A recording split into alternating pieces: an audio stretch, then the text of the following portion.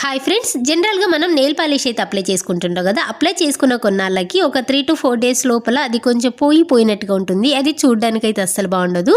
అలాంటప్పుడు అది తీసేద్దామన్నా nail remover అయితే అందుబాటులో ఉండదు. అలాంటప్పుడు రిమూవర్ లేదని చెప్పేసి టెన్షన్ పడకుండా ఈ టిప్ని ట్రై చేయండి. చాలా చక్కగా పనిచేస్తుంది. ఇంట్లో అయితే ఏదో ఒక పర్ఫ్యూమ్ అయితే ఉంటుంది కదా, బాడీ స్ప్రే, దాన్ని తీసుకుని ఇప్పుడు కొద్దిగా కాటన్ తీసుకోండి. కాటన్ తీసుకుని ఒక 2-3 సార్లు ఈ విధంగా కొంచెం స్ప్రే చేశారనుకోండి, అది వెట్లాగా తయారవుతుంది అనమాట.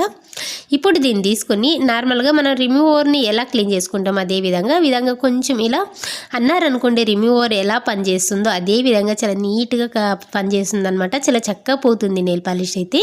ఇంకా కాటన్కి వేయకపోయినా పర్లేదు, డైరెక్ట్ నెయిల్స్ మీద కొంచెం ఇలా స్ప్రే చేసేసి ఆ తర్వాత తుడుచుకున్నా కూడా చాలా చక్కగా పోతుంది అనమాట. చూసారు కదా ఎంత చక్కగా రిమూవ్ అయిపోయిందో.